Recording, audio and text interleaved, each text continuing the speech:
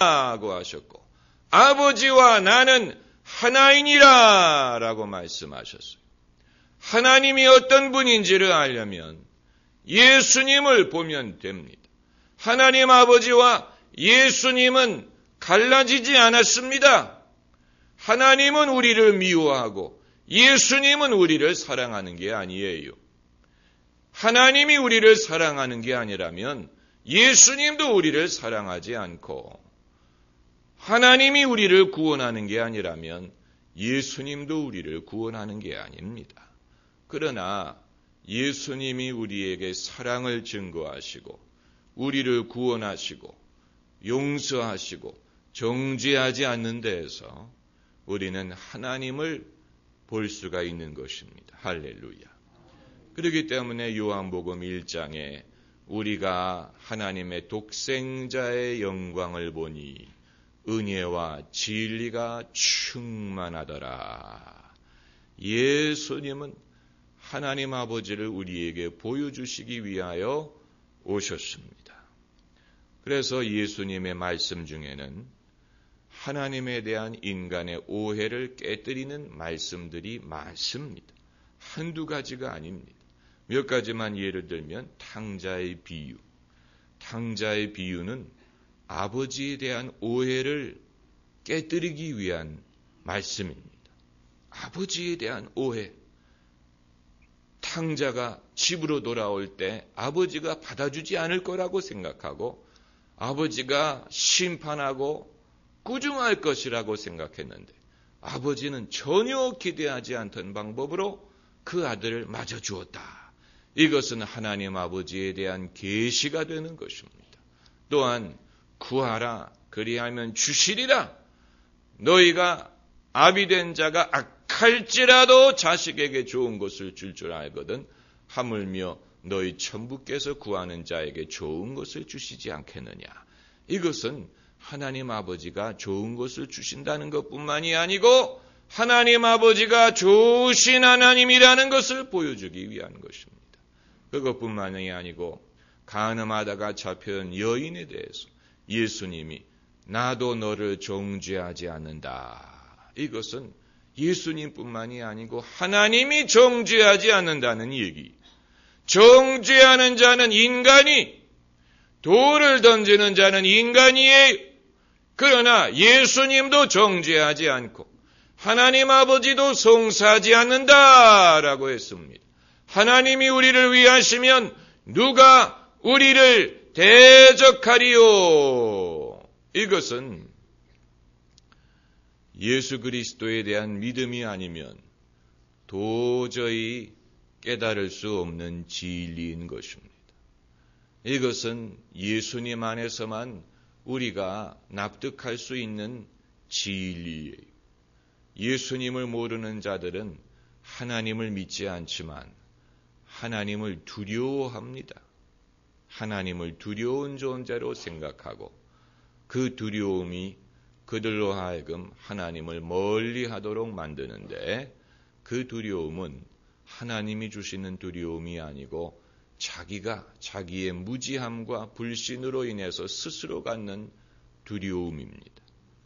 이 두려움은 하나님에 대해서 사람을 미혹시키는 것입니다.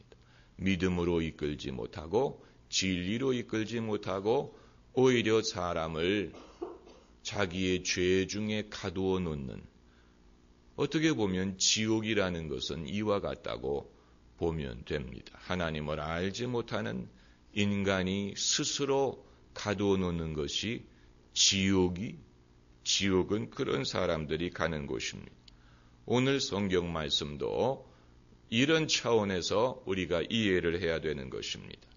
예수님이 십자가상에서 운명하실 때 다 이루었도다라고 말씀하셨는데 그 말은 다 지불했다라는 뜻입니다.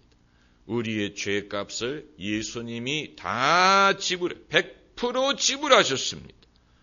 이 십자가의 공로를 우리가 겸손하게 받아들이기만 하면 됩니다. 그러나 인간의 본능은 그렇게 하지 않고 여기에다가 자꾸만 무엇을 추가하려고 합니다. 선행을 추구하려고 하고 사람의 노력을 추구하려고 하고 행위를 추구하려고 하고 오늘 본문에 나오는 유대주의자들은 율법을 추구하려고 했습니다. 그래서 1절을 보면은 어떤 사람들이 유대로부터 내려와서 형제들을 가르치셔서 너희가 모세의 법대로 할례를 받지 아니하면 능히 구원을 얻지 못하리라. 당연히 이건 여자에게는 해당이 되지 않겠지요? 그럼 여자는 안 해도 되는데 남자만 해야 된다면 이상하지 않습니까? 그러나 그들은 그런 논리를 생각하지 못합니다. 이들은 예수님에다가 플러스 모세의 율법을 해야 구원을 받는다라고 가르쳤습니다. 이게 그 시대에 굉장한 교리의 분쟁을 일으켰습니다. 그래서 사도들과 쟁쟁한 사도들이 다 예루살렘에 모여서 이 문제를 가지고 의논하게 됩니다. 이것이 최초의 기독교 공의회 모임입니다.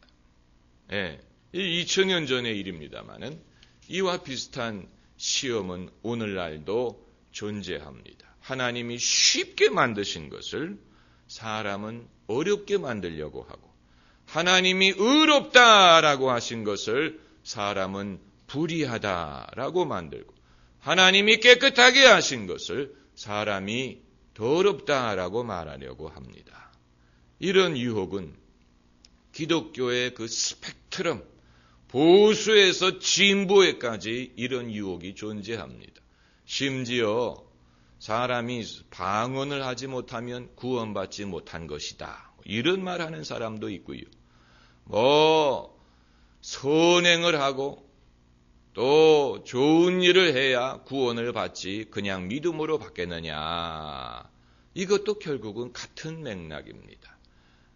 오늘 본문에 베드로가 결론을 내립니다마는 많은 사람들이 기독교는 바울 신학의 영향을 받았다.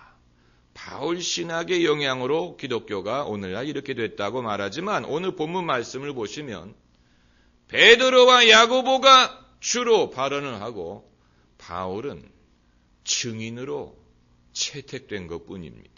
베드로와 야고보가 권위적인 결론을 내리는 것을 볼 수 있습니다. 7절부터 11절까지는 베드로의 발언이고 13절부터 21절까지는 야고보의 결론입니다. 바울은 12절에 그냥 하나님이 하신 일을 말했다라고 밖에는 기록하고 있지 않습니다. 이것은 무엇을 보여주는 하면은 기독교의 교리를 정립할 때 모든 사도들이 일치했다는 것을 보여줍니다. Uniformity of witness. 이들의 증거가 일치했어요. 베드로의 신학과 야고보의 신학과 바울의 신학이 다른 것이 아니에요. 이들은 같은 복음을 전하고 같은 예수님을 믿고 같은 진리를 증거했어요. 이것을 우리가 알아야 됩니다. 기독교의 복음은 시간이 지나면서 변천한 것이 아니고 처음부터 이 모습이었어요. 오늘날 우리가 전하는 복음이 처음 그들이 전한 복음과 같은 내용이에요. 그것은 예수님을 믿음으로 예수님의 은혜로 구원받는다는 것입니다. 11절에 우리가 저희와 동일하게 주 예수의 은혜로 구원받는 줄을 믿노라. 이게 진리. 그때나 지금이나 마찬가지입니다. 여러분 이것이 교리는 이렇게 중요합니다. 교리는 신학자들만이 염려하는 것이 아니고 교리를 우리가 배워야 되고 옳은 교리에서 옳은 신앙이 비롯됩니다. 대한민국의 그리스도인들은 그저 마음을 뜨겁게 해주고 마음을 따뜻하게 해주기만 하면 은혜가 될 줄로 생각을 하는데 그러나 옳은 교리를 배워야 됩니다. 마틴 루터는 교리를 설교했습니다. 요한 칼빈도 교리를 설교했습니다. 성장하는 교회는